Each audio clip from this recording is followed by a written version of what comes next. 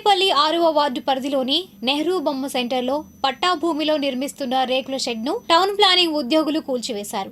ఈ మేరకు బైతులు మీడియా ఎదుట మాట్లాడారు. మా తల్లిగారు అయినటువంటి మరి ఇంత వీరమ్మ గారు, మా నాన్నగారు ఇంత సామిరెడ్డి గారు 30 సంవత్సరాల క్రితం ఈ మట్టి గోడలతో మరి నిర్మించుకున్నటువంటి పాత రేకుల షెడ్లో మరి వాళ్ళు నివాసం చేస్తూ వచ్చారు. మరి అది శిథిలావస్థకు వచ్చినప్పుడు ఇది మార్చుకొని మరి పైపులు పెట్టి మరి తిరిగి మళ్ళీ అది వాళ్ళకి మా తల్లిగారు అయినటువంటి వీరమ్మ గారికి మరి ఇది నివాసం ఏర్పాటు చేయడానికి తిరిగి దీన్ని మరి ఇది అది షెడ్ వేసుకోవడానికి ప్లాన్ ఉంటా ఉండగా మరి మున్సిపాలిటీ వాళ్ళు వచ్చి ఏ సమాచారం లేకుండా మరి పొద్దున పూట 10 గంటలకు చెప్పి 12 గంటలకు వచ్చేసి పడగొట్టి వెళ్ళిపోయారు. మరి ఇది ఎంతవరకు న్యాయం అనేది మరి మీరే మాకు పెద్ద మనసుతో మరి వృద్ధాప్యులైనట్టు మా తల్లిగారి 80 సంవత్సరాల వయసు, మరి ఆమెకి నివాసానికి మరి ఈ విధంగా మరి కూల్చివేయటం జరిగింది. నివాసానికి మరి చాలా మరి ఇబ్బంది పడుతూ మరి మీడియా ముందుకు వచ్చి మిమ్మల్ని లోకేష్ గారిని మరి నారా చంద్రబాబు నాయుడు గారిని మరి ఈ విషయాల్ని మరి తెలియపరుస్తా ఉన్నాం. ఇక్కడ మరి ఈ తాడేపల్లి పట్టణంలో అనేక మరి అక్రమ కట్టడాలు ఉన్నాయి, మరి ఎన్నో ఉన్నాయి. మరి అది మున్సిపల్ పరిధిలో ఉన్నాయి. మరి డాక్యుమెంట్స్ లేనివి కూడా ఉన్నాయి, వాటిలో కన్స్ట్రక్షన్ పర్మిషన్ లేనివి ఎన్నో కట్టుబడులు జరిగి ఉన్నాయి. అవన్నీ కూడా వదిలేసి మాకు డాక్యుమెంటు పక్కాగా రికార్డు ఉన్న భూమిలో మరి ఒక 60 నుంచి 70 గజాల్లో ఉన్న స్థలంలో మేము కన్స్ట్రక్షన్ చేసుకుంటుంటే మరి అక్రమంగా వచ్చి మాకు చెప్పకుండా ఇంటిమేషన్ కూడా లేకుండా కూల్చివేశారు. మాకు ఎంత బాధగా ఉంది. నోటీసులు అనేవి కూడా మాకు ఇంతవరకు కూడా ఏమి ఇవ్వలేదు. పొద్దున పూట 10 గంటలకు వచ్చి చెప్పారు, 12 గంటలకు వచ్చి జేసీబీ తీసుకొచ్చి మరి టౌన్ ప్లానింగ్ వాళ్ళు పడేయటం జరిగింది.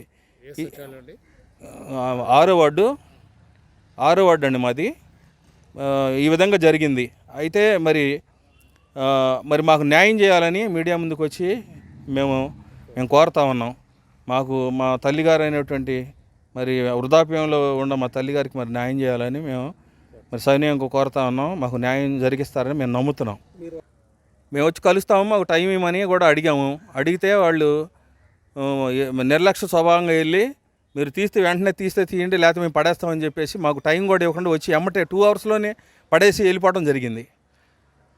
మేము అడ్డం పడ్డా కానీ ఆ జేసీబీని అసలు మా మీదకి తీసుకొచ్చి ఎవరిని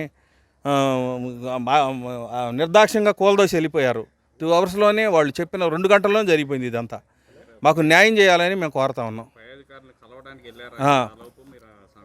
పై అధికారులని కలవటానికే మేము వాళ్ళు చెప్పినప్పుడు మేము వెళ్ళాము. వెళ్తే దారి మధ్యలోనే మా బాబు ఈ విధంగా జేసీబీ వచ్చి పడగొట్టారు అని అంటే వెనక్కి తిరిగి మళ్ళీ వచ్చి చూస్తే ఆఖరి దశలో ఉన్నప్పుడు జేసీబీ వెనక్కి తిరిగి వెళ్ళిపోబోతా ఉంది.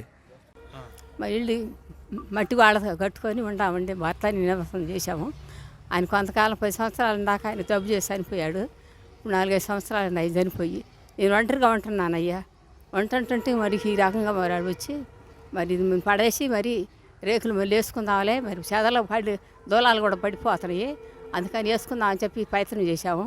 ప్రయత్నం చేసి 3 రోజుల నుంచి కనెక్షన్ చేస్తుంటే పొద్దున వచ్చి వాళ్ళు మరి ఏం చేయకుండా మరి పడేస్తాడు. మేమన్నా మా అబ్బాయి లేడు, వచ్చింది నాకు ఉండండి, తొందరపడతారు ఎందుకని మా మనవడు మేము కూడా అన్నాం. అంటే కాదు కూడా దాన్ని పడేసారు, పారిపోయారు. ఈ రోజు రావడం పడేయటం. సమయం నన్ను అడగలేదు. సమయం అసలు నాకు తెలియదు. వాళ్ళు వచ్చి పడేసిన దాకా మా అవన్నీ గబగబ మోగుతుంటే దాన్ని బయటకు వచ్చాము. మేము తింటే పడేస్తుంటే మా పిల్లలు కూడా అన్నారు, మనరాలు కూడా మా డాడీ లేడు ఎందుకంటే ఉండండి అన్నారు. అన్న కూడా అసలు మాట వినకుండా గబగబా పడేశారు, వెళ్ళిపోయారు. మాకు న్యాయం తీర్చాలండి. నేను మరి ఎదవరాలి, నేను ఎక్కడ ఉంటానయ్యా, నాకు మరి ఇల్లు కావాలి, నేను హాసం కావాలి, న్యాయం తెచ్చమని కోరుతున్నాను. అందుకు తప్పు నేనే ఉంటానికి.